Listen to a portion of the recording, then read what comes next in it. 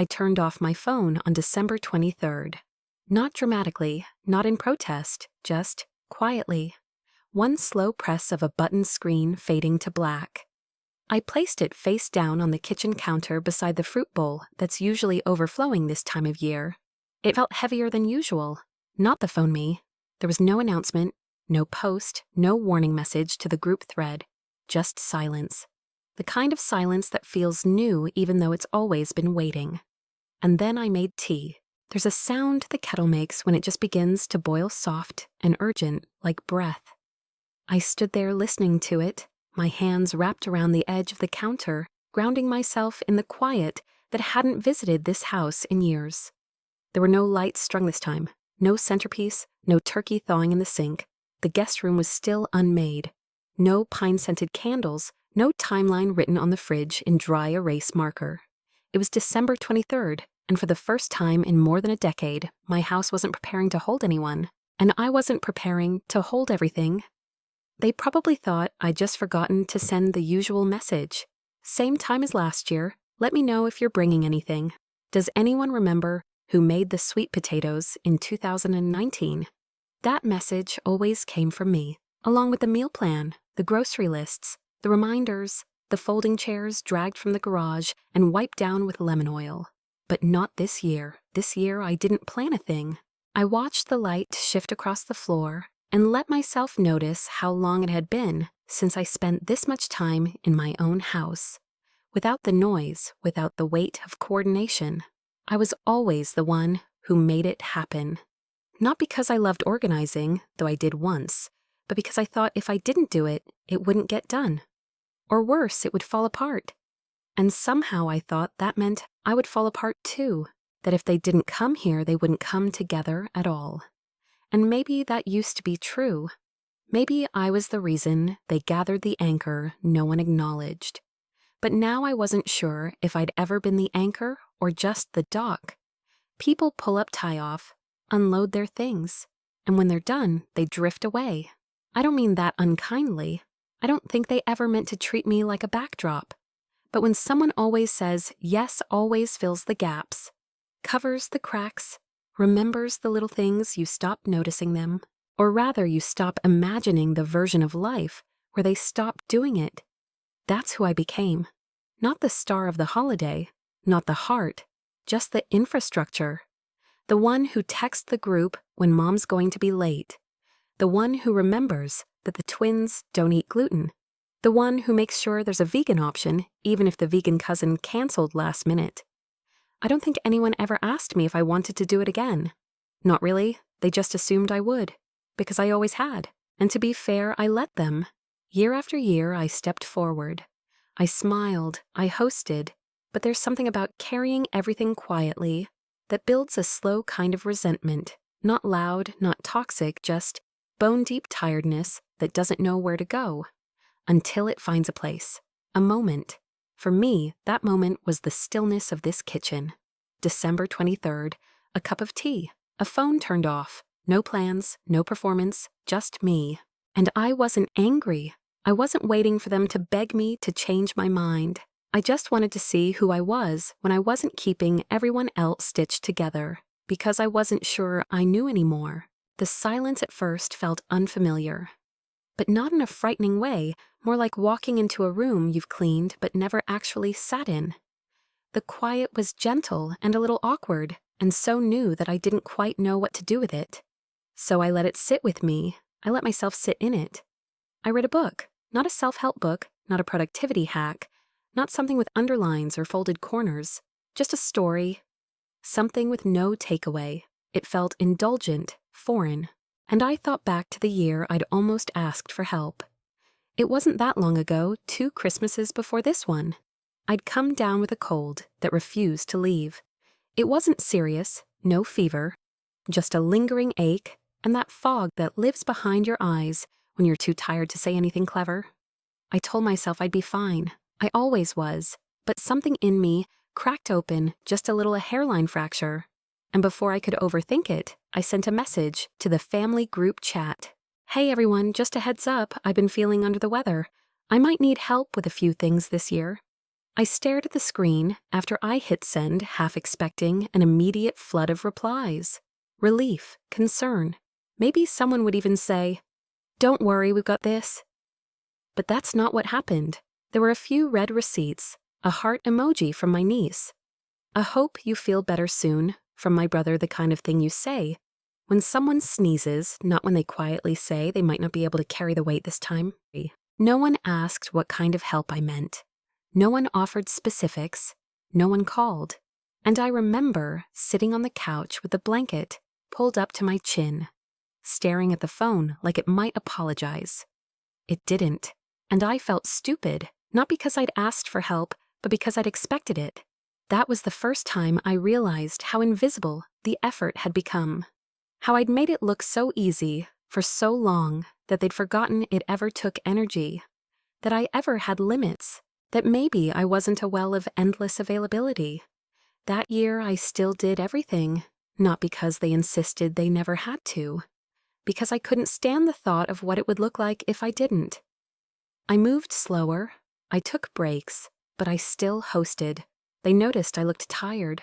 Someone said rough week and laughed. I smiled, said something like that.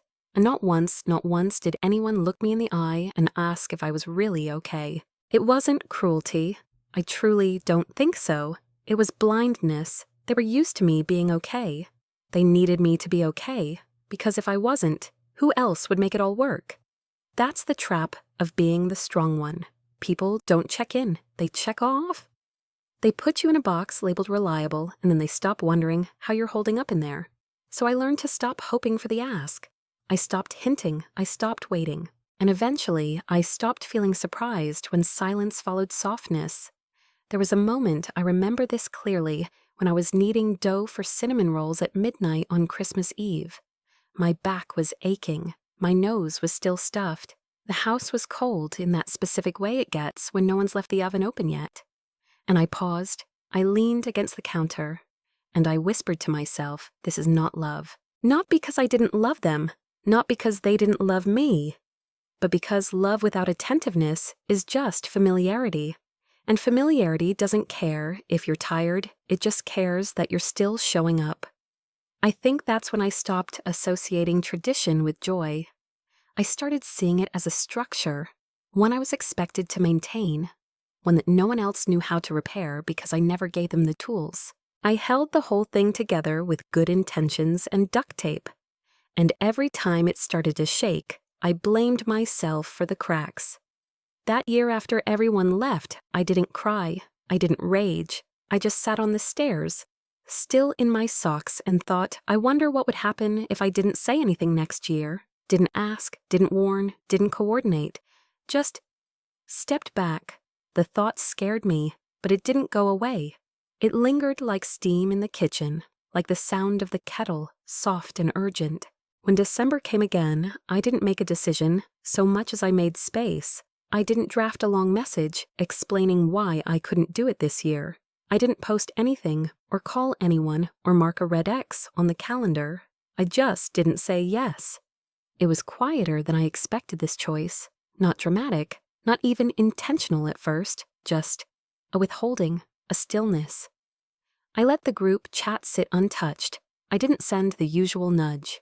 Didn't ask about food preferences or arrival times, or who could bring extra chairs. I didn't check the guest towels. I didn't buy more wrapping paper. The house remained exactly as it was lived in, not prepped. The kitchen counters weren't cleared.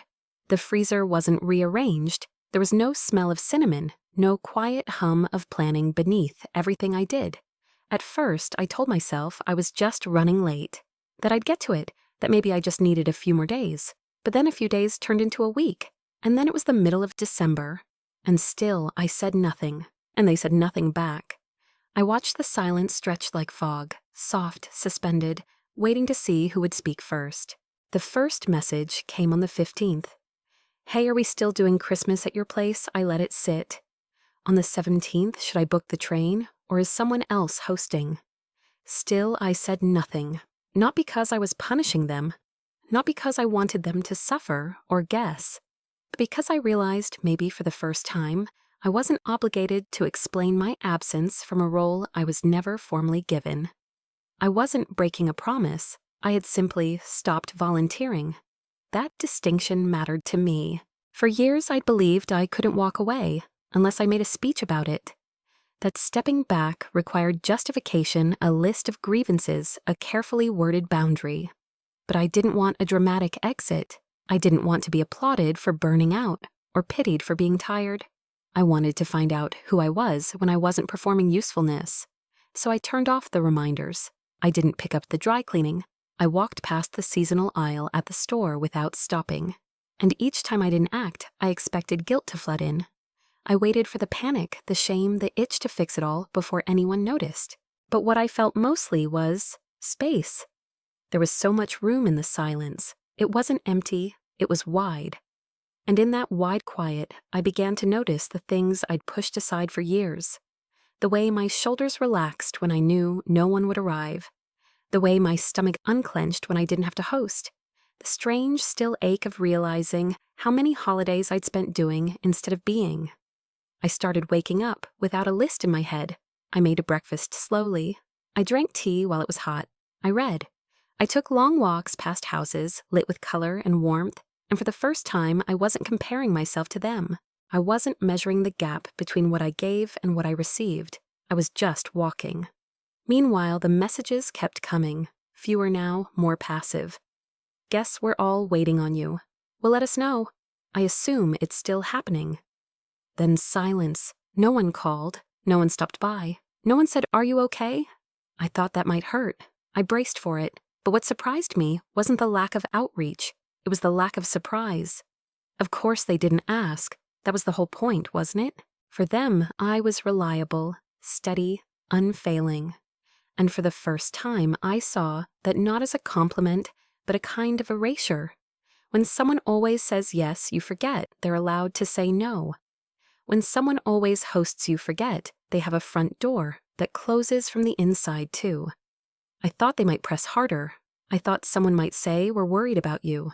But they didn't. And maybe that was the final proof I needed. Not to hate them, not to exile myself, just to let go. Because that's what this was.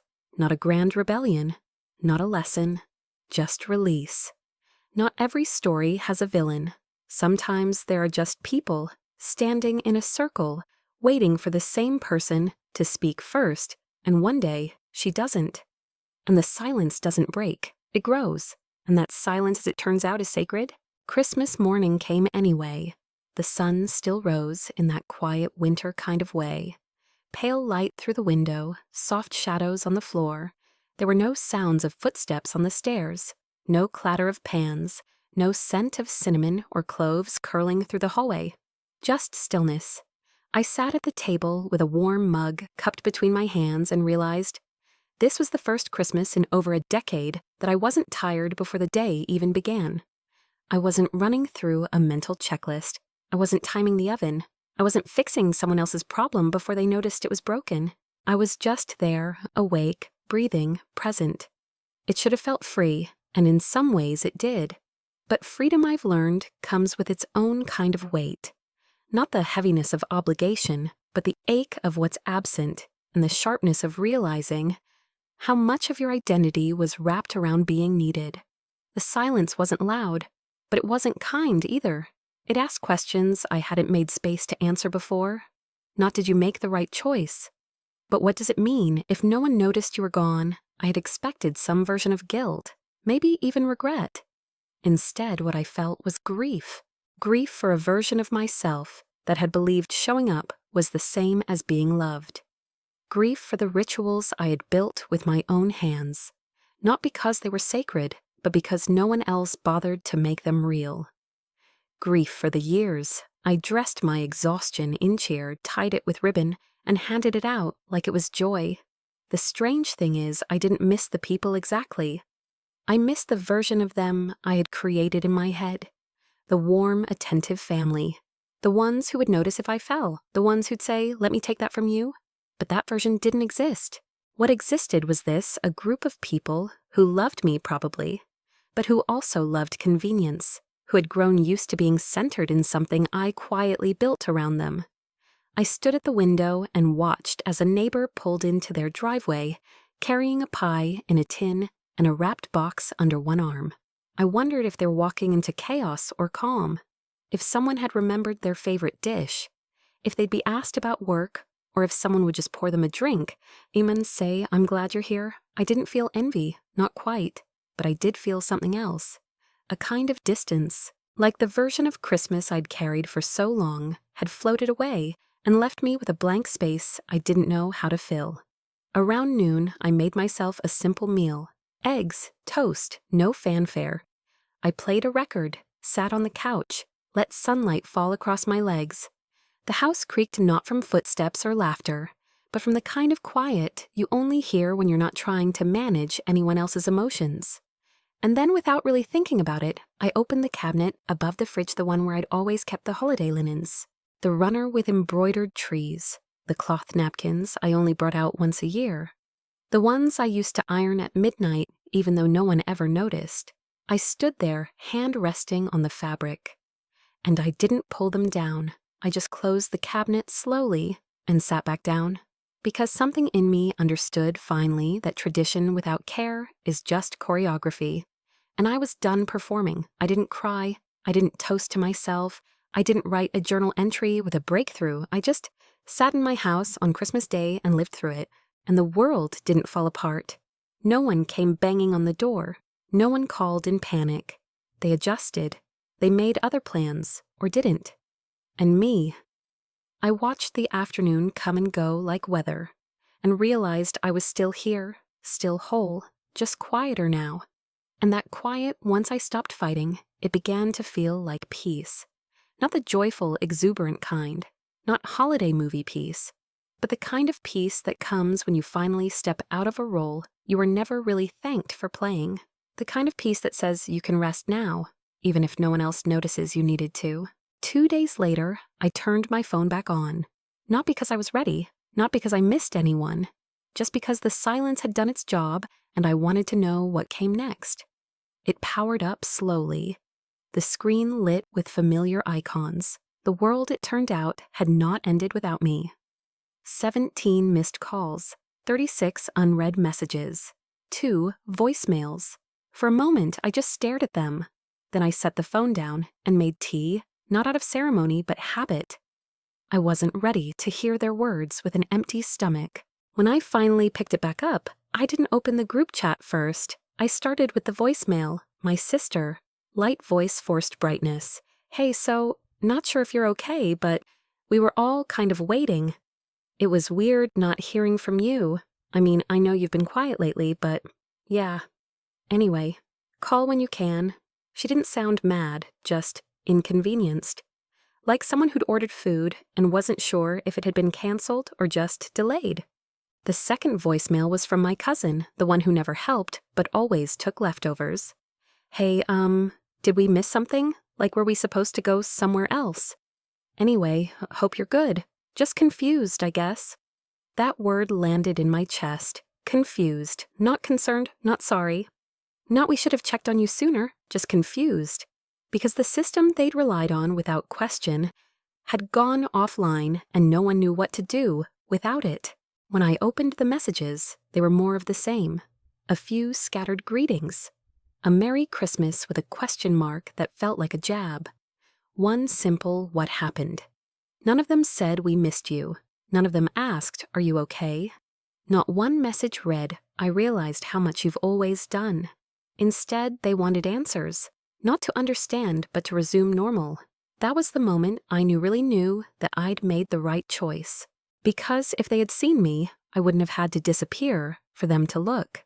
If they had loved me as a person, not a provider, they wouldn't be texting from a place of confusion. They'd be arriving with compassion. But compassion, it turns out, requires presence. And presence had never been their strong suit. I didn't respond that day. I didn't owe anyone an explanation.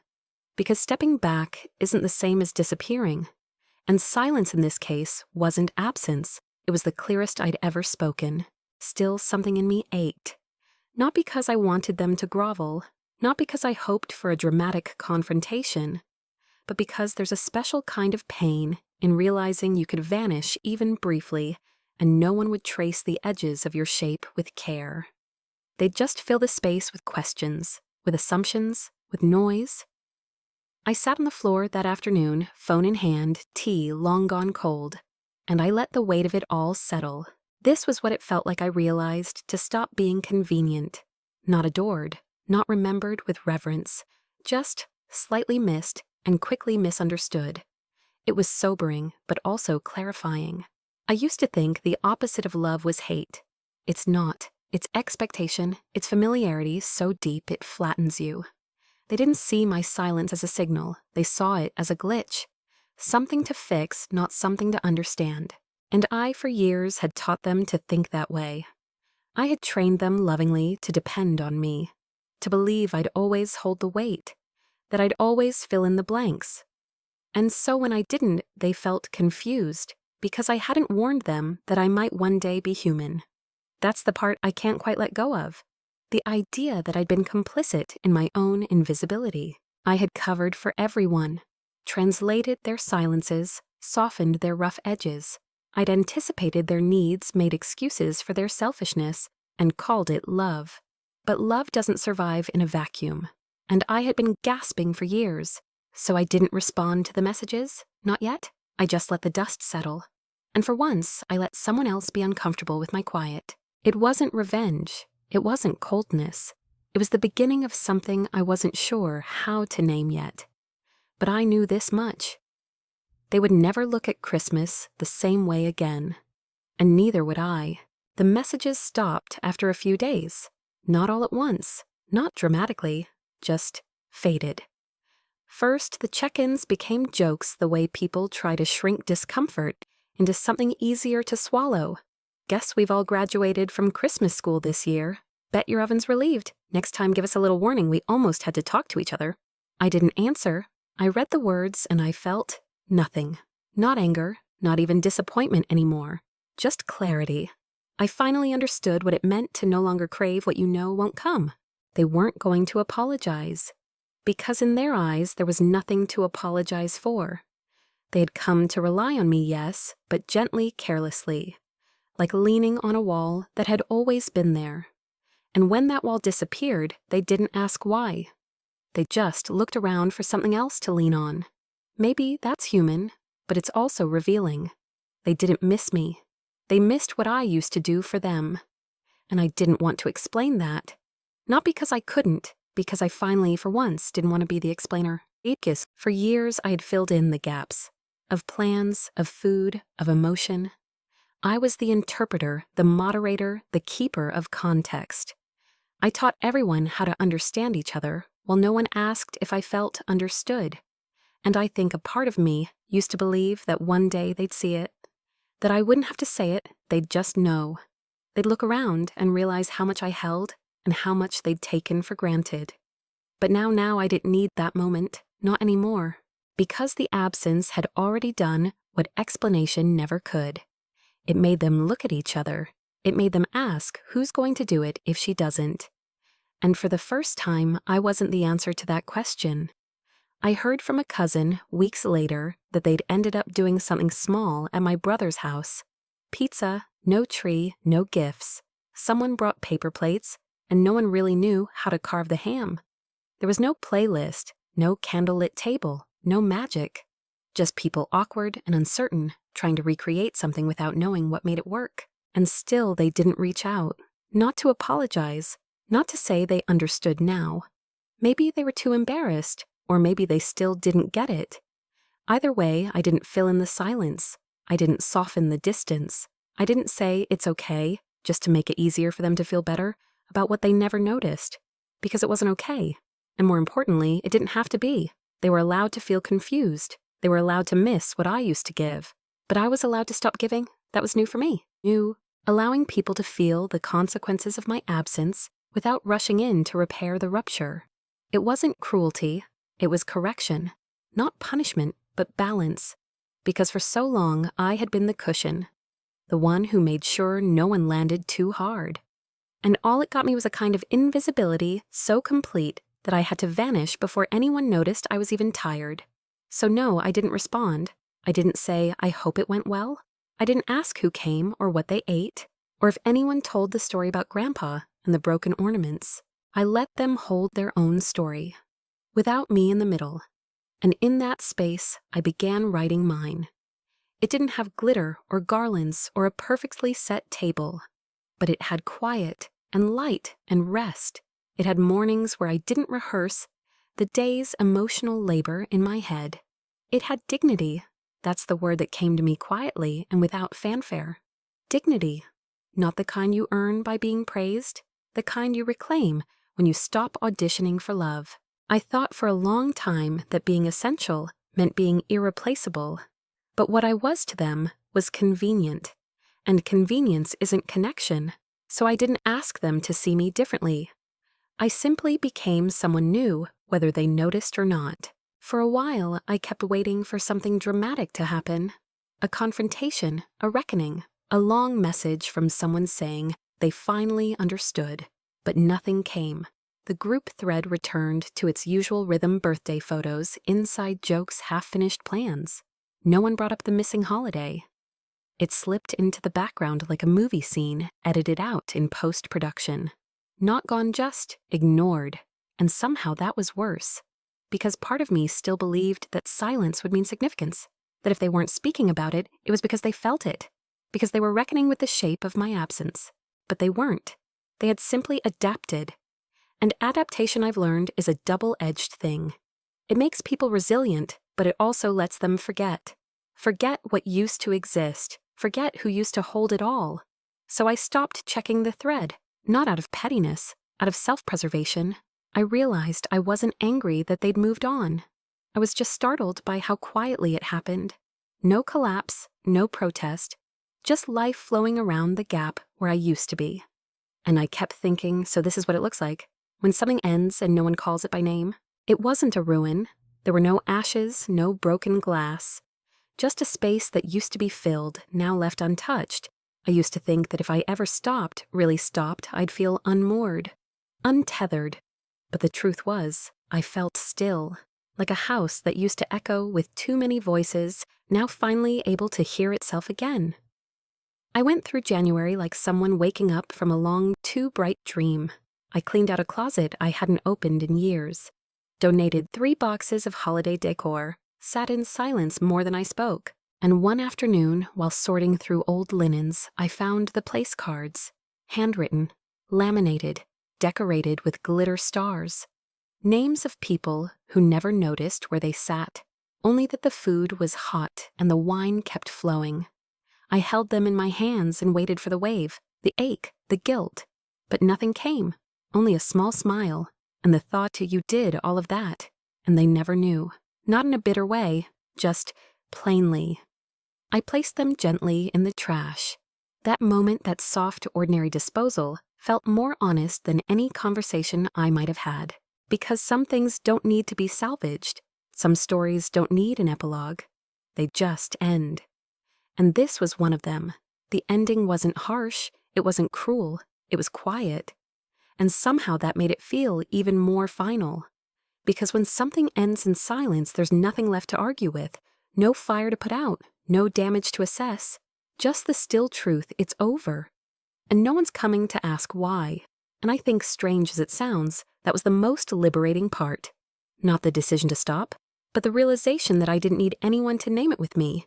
They could keep moving. They could fill the space with something else, or leave it empty. Either way, I was done filling it for them. It didn't mean I stopped loving them. It just meant I stopped organizing myself around their comfort. That's the thing people don't talk about when they say boundaries. They make it sound like a fence, a rule, a firm no. But sometimes a boundary is just a moment of not reaching, not fixing, not folding back into a role that never fit right in the first place. And sometimes the ending doesn't need to be felt by both sides to be real. Sometimes the ending is just you sitting alone in your own quiet house, finally able to hear yourself think, and realizing that's enough. Life moved on, not quickly, not cleanly, but steadily, the way rivers forget the shape of stones they once pushed against. Spring came, then summer. Family birthdays passed, a wedding, someone had a baby. The group thread buzzed occasionally like it always had. No one said the word Christmas. It became that invisible line, the thing we all stepped over but never looked at. I could have brought it up. I could have asked, "Did you notice I was gone?" But I didn't. Because I finally understood that asking someone to notice you is not the same as being seen. They didn't know what they lost. Not really. They lost something soft, something steady, a space that held them without condition. They lost the person who remembered their stories for them, who smoothed their rough edges, who kept tradition alive, not because it was expected, but because she believed it could be beautiful. And I lost something too. I lost the illusion that love always circles back, that if you give enough, they will eventually give it back. It doesn't work that way. Sometimes you give until the shape of you disappears in the giving, and they don't see the cost because the light never flickered, until it did. And now the light is mine again. I decide when it's on, who gets to stand in it, how warm it gets. This wasn't about withdrawal. It was about returning to myself, to stillness, to a kind of self-regard I had never really learned. I used to believe that showing up was the same as being good, that love meant endurance, that keeping things together was noble. But I've come to believe that sometimes the kindest thing you can do for yourself is stop showing up for people who only recognize your shape when it's gone. Not with bitterness, not with grand exits, just with enough self-trust to say not anymore. And I didn't need them to name what they lost, because I knew. I saw it in the way their jokes came with nervous laughter, in the long pause before someone asked who'd be hosting next year, in the way no one quite looked directly at me during the next gathering, as if they sensed something had shifted but didn't know how to say it out loud. They didn't apologize, but they were careful not to assume, not in a way that repaired anything, but in the way people are when they've brushed up against a boundary they didn't know was there. And I was okay with that. I didn't want reparations. I didn't need them to grovel. I didn't even need them to understand, because understanding is optional. Respect, on the other hand, is not. And if my silence taught them anything, even unconsciously, then that was enough. I still love them. That part never broke, but I no longer love them at the cost of myself. I no longer fold myself in half so they can feel whole. I no longer plan so they can float. I no longer dim so they can shine. And I don't resent them for what they didn't see. I just finally stopped asking them to look. The house is quieter now. The holidays are smaller. Sometimes it feels like a loss. Sometimes it feels like relief. Most days it feels like truth. And truth, as it turns out, is the softest kind of freedom. No fanfare, no closure speech. Just a woman sitting with her tea, watching the light change on the floor, knowing she finally came home. Not to them, to herself.